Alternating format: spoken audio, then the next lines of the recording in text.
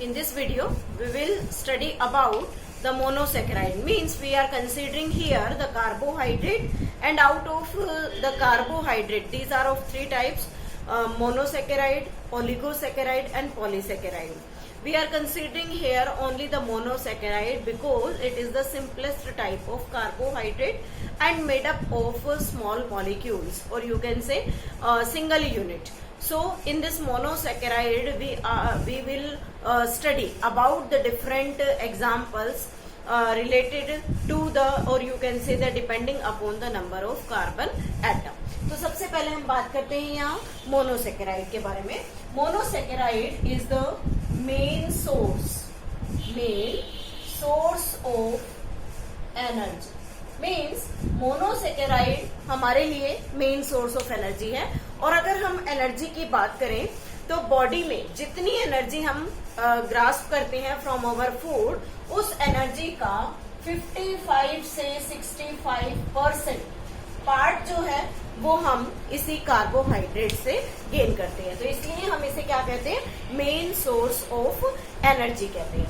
Second, we can say that respiratory substrate means this is the main respiratory substrate of our body. Respiratory substrate means when we take food, then it get digested. After that it undergo respiration, or you can say further breakdown for the release of energy. So we can say it the respiratory substrate. Next we can say that it's a respiratory quotient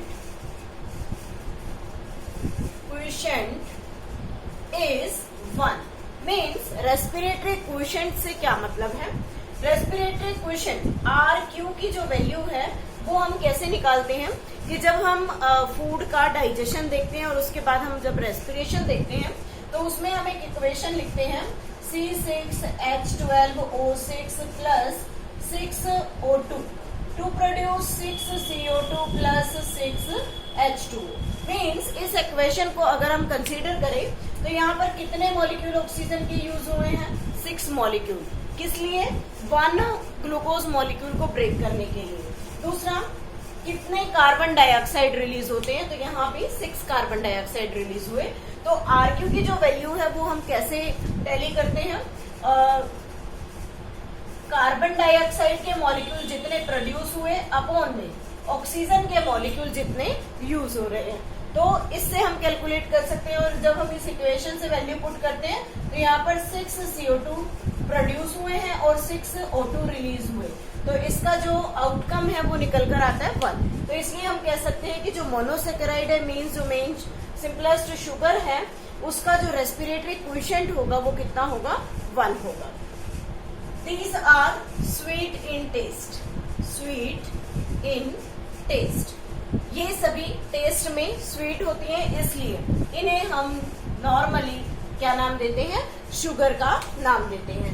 सो हम कह सकते हैं कि यहाँ हम basics पढ़ रहे हैं कि मोनोसेकेराइड जो है वो किस तरीके से हम अलग अलग कैरेक्टरिस्टिक्स में उसे क्लासिफाई करते हैं.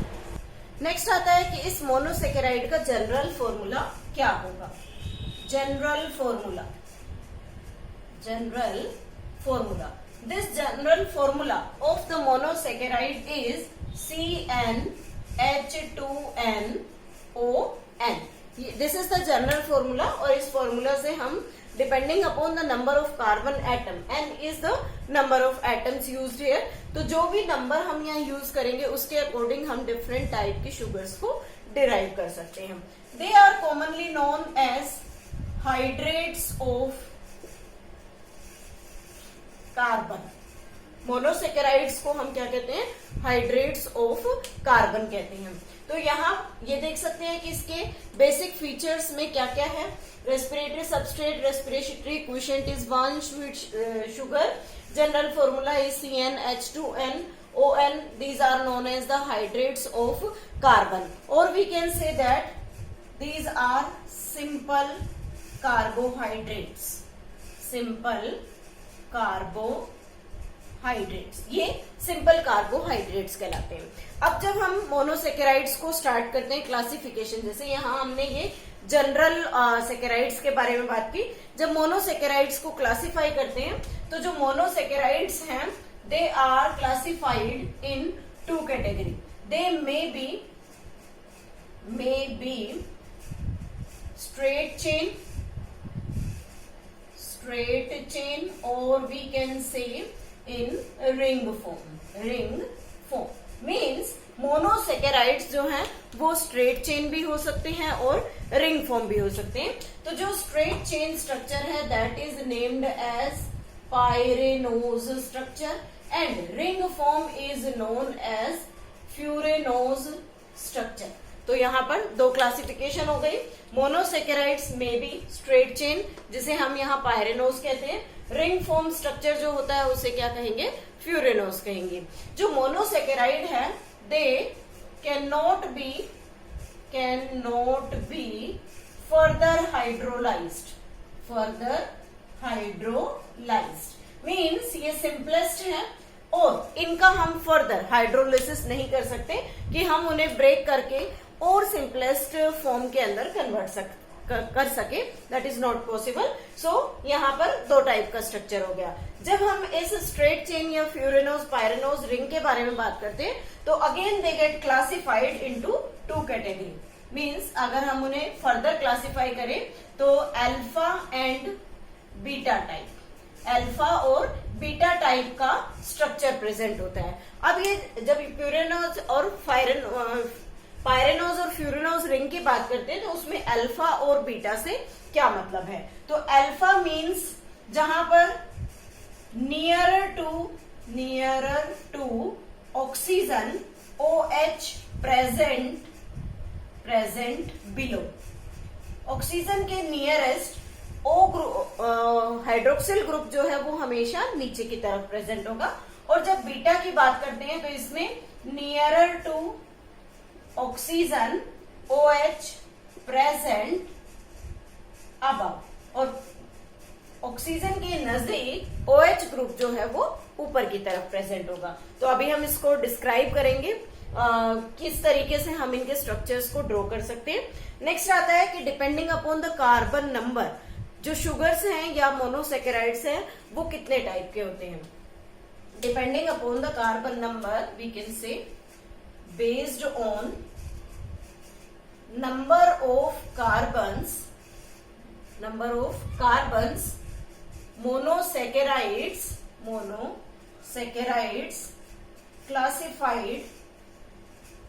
classified in 5 groups or you can say 5 categories में हम उसे क्लासिफाई करते हैं। तो जैसे फर्स्ट आता है 3 कार्बन। जब 3 कार्बन्स होंगे तो उसे हम क्या कहेंगे, triose. 4 carbon tetrose, 5 carbon pentose, 6 carbon hexose and last 7 carbon heptose. ये 5 डिफरेंट टाइप्स से हमने इसे क्लासिफाई कर लिया based on the number of carbon atom. अब देखते हैं कि इसके अंदर कौन कौन से मतलब एग्जाम्पल्स हैं जो ट्रायोज, पेंटोज, हेक्सोज, टेट्रोज में प्रेजेंट होते हैं। तो फर्स्ट जैसे ट्रायोज है ग्लिसरल्डिहाइड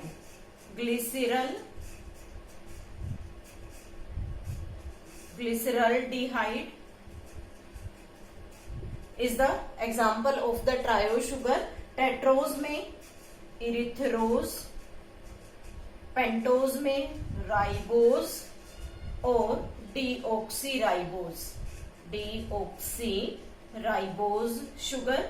हेक्सोज में ग्लूकोज, फ्रक्टोज एंड गैलेक्टोज। और हेप्टोज में आता है सीडोहेप्टुलोज।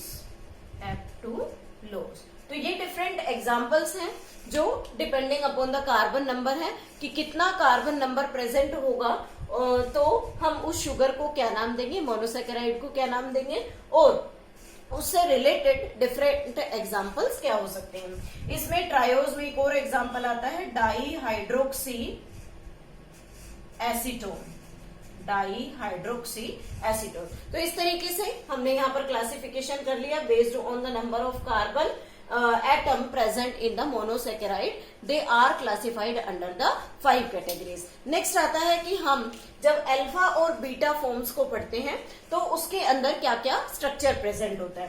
तो सबसे पहले यहाँ कंसीडर कर रहे हैं हम, फॉर एग्जाम्पल यहाँ पर हम ले रहे हैं हेक्सोज शुगर, और उस हेक्सोज शुगर में ग्लूकोज और फ्रक्टोज का एग्जाम्पल। तो हेक्सोज शुगर में सबसे पहले हम ग्लूकोज लेते हैं। ग्लूकोज जो है इट इज 6 कार्बन स्ट्रक्चर, क्योंकि हेक्सोज है तो हेक्सोज में कार्बन का नंबर 6 होगा। और अगर हम इसका जनरल फॉर्मूला से इसका फॉर्मूला बनाए तो इसका फॉर्मूला क्या होगा, CnH2nOn। वैल्यू पुट करेंगे 6, C6H2n is 12O6 means C6H12O6। ये वैल्यू हो गई किसकी, हेक्सोज शुगर की। अब बात आती है कि इसको जब हम पायरेनोज फॉर्म के अंदर या यू कैन से द फ्यूरेनोज में रिंग फॉर्म में ड्रॉ कर रहे हैं तो रिंग फॉर्म के अंदर इसका स्ट्रक्चर क्या होगा। तो रिंग फॉर्म में देयर इज, जब हम इसकी फ्यूरेनोज रिंग बनाते हैं फ्यूरेनोज, तो उस फ्यूरेनोज में स्ट्रक्चर रिंग में बनेगा। और रिंग स्ट्रक्चर जो है उसके अंदर क्या क्या प्रेजेंट होता है। फ्यूरेनोज रिंग जो है यहाँ पर जनरली वी आर मेकिंग